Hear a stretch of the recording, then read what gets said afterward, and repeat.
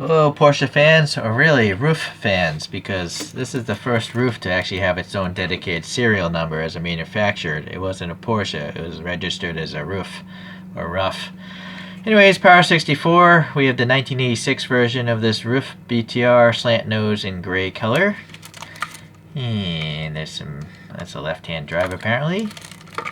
And I don't think they actually have licensing, or it's always questionable with these old cars, classic cars, if they need to be licensed or not. I had a discussion with the viewer, and if you think about like kit cars, like people are making Cobra kit cars and GT40 kit cars, as long as they don't have the actual Ford or Shelby badge on it, they seem to be fully legal, and those are real cars you can drive. So that's what makes me think that classic cars aren't subject to being licensed if they don't have the actual logos on them. Now this one does, so that's a bit questionable again. Oh, there's some tape on the side. I'm not sure what the deal is with this. If the dealer I bought this from put this on here, or if all powers come this way. Anywho, 1986 was a good year if you're old like me. Good year for movies. Top Gun came out that year.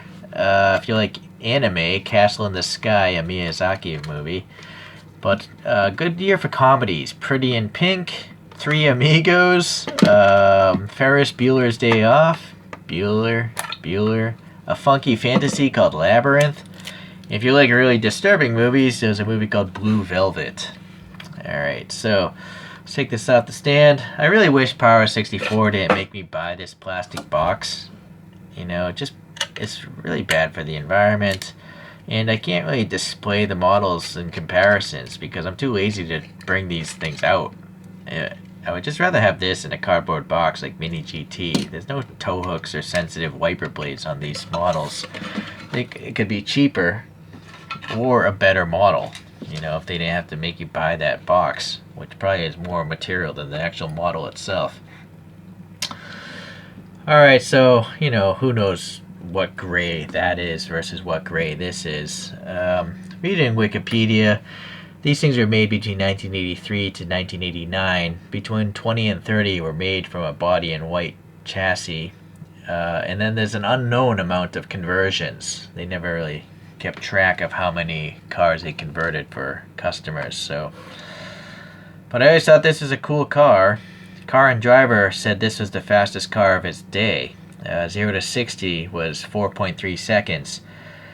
Only like the Porsche 959 and could really beat it, and maybe some other cars, but most cars had a hard time beating this thing, 0 to 60, and I think the top speed was like 180 something.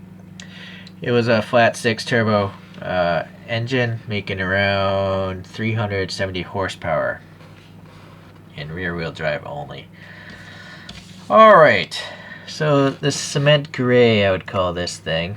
It's not metallic or anything like that. It's just straight up gray. The wheels, I think they look quite accurate to the real car. And if I think about it, they're very basic wheels. I mean, they're just flat and a little bit of a lip, like on the real car. So they're really strangely basic. Alright. This tire's got a little bit of an issue. Let's see if we could just flip that around and make it better. It's like a dent in the tire. So Para64s don't have treads, and I'm fine with that because I'd rather not see the side blocks of, like, you know, if you looked at those images, you don't see any of the treads from the side. And so anyways, this tire, I think might be better on this side. I'm not sure. Alright. So you got the 5 lug nut details, the center cap. It's just all silver, but it's generally accurate, I think, to the car. You got these side vents there painted black. Seems nice. The door handles raised, painted black. These rigid side mirrors have the little reflective sticker. I wish they also went to the rubbery mirrors. I wish every company went to rubbery mirrors. If Mini GT can do it, I think everyone could. The window molding is raised, painted black. Looks pretty nice. Obviously distorted quite a bit, being a molded window. Alright, so that mirror is canted downwards, but it's not a major thing for the price, I think. It's kind of gappy. the rear here, it's very gappy. Can't push it up unless you drill out some plastic, which you can because it's got a plastic base that's screwed together. You can take it apart and modify it. I like how Para64 tells you what the car is, right? And in particular, it tells me what the year is too. So that's really cool. Get some exhaust details molded into the base. Para64s do roll, so if you're into toys and playing with your toys, this one will do it. You go down a Hot Wheels track, but you'll probably break off the mirrors. Going to the front here, if I can focus. All right, so we have some painted on fog lights. It seems all right, I guess. The grille is nicely detailed there. Nice little hatching up in this top ridge, at least. The turn signals are printed orange. This one's a little crooked, but it's okay. The black there is okay as well. They do print on this little black rubber molding, and that is on the real car. I kind of wish they got rid of it, though. It's kind of ugly to see on the real car and on this thing. So these are separate headlights. I was not aware of this. The panel gap is quite noticeable. Right? It's black down there, whereas here it's just gray. But I guess it's relatively tight. It's safe to say that there either is or will be a version with the lights in the up position. But I prefer the slant nose to have it down. I'm assuming that's the fuel filler. A little vent there, but no black paint. The windshield wipers there are raised a little bit. You can hear painted black.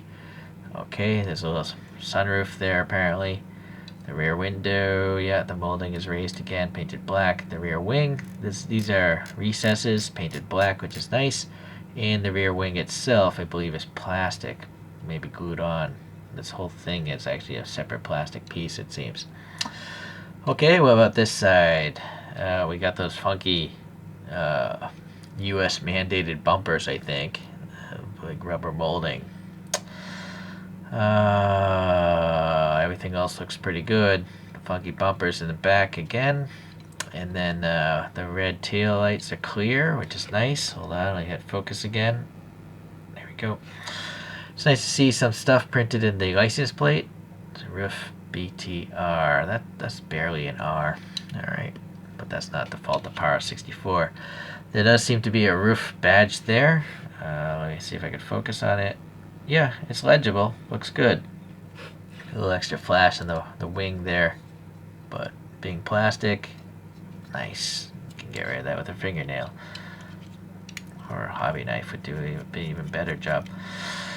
Alright, then look at these funky bumperettes. I'm pretty sure that's a US regulation. Maybe the European cars didn't have that, but I could be wrong. I'm just guessing. It's pretty hard to remember 1986, other than those movies. Alright, so yeah, screwed together the base, but let's see if we can see the interior without unscrewing it, because I'm pretty sure that's what most people are going to do. Yeah, it's just all black in there, so it's hard without a flashlight. Where's my screwdriver? I am going to unscrew it. I gotta say though, the photograph of that red car, at least, it has a black interior, so I guess the color is accurate. I'm pretty sure people got whatever colored interiors they wanted. Plastic base, I like that. Saves on shipping cost. So there's yeah, just a standard black interior as usual from all these brands. It's nicely detailed. It's just, you know, just black. So, but you can repaint it if you want. That's the beauty of the screwed base. I like to see how these things are put together. There's a pin holding the middle, and then some tabs there, and then I think it's the side windows holding it in place. They're like popping out into the casting. Oh, this is funky. What the heck are those for? Just random studs there. Oh, interesting. Those studs are holding down this interior piece. Interesting. Alright, yeah, okay. Pretty thick axles. Helps them roll better. So I do have the Para64 of the CTR Yellowbird here. Doesn't tell it on the base what year it is. Kind of wish it did that. It's probably on the bottom of the model though. Yeah, so the little rubber molding, you know, wasn't printed very well on that one, so I kind of wish they skipped the process entirely you know, but I guess they're going for accuracy. Here's a mini champs of a 1976 934. Alright. Here's a Kyosho of a 911 SC from 78 to 83. Here's an 89 964 Speedster. So we're going to have to lose this, taking up too much space. And the last one is a Kyosho again. It is the 911 RSR Turbo. I don't know what year it is though. Kyosho doesn't tell you the years, unfortunately. So we have a variety of 911s there.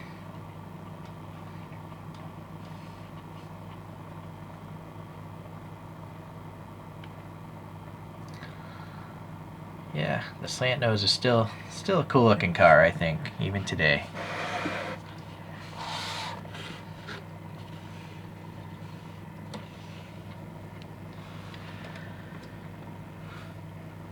So another, well, it's a pretty good effort by Para64. I don't think there are any major problems, really. No major QC problems. So, and then I actually painted the interior a gray, so you can actually see a little bit of it. So that's the beauty of the screwed together base. I guess the only criticism, as usual, is, you know, this model could have been even better if it didn't require me buying the box. Because one thing I didn't touch upon is the exhaust here. You see how they're just flat? You know, maybe if instead of buying that plastic box, they could have had separate exhaust pieces glued in there that look like tubes. But as they are, they look like, you know, they're just pasta cut in half or something like that. So, okay, well, I'll see you guys again in the next Para64 video. Thanks for tuning in today. Bye.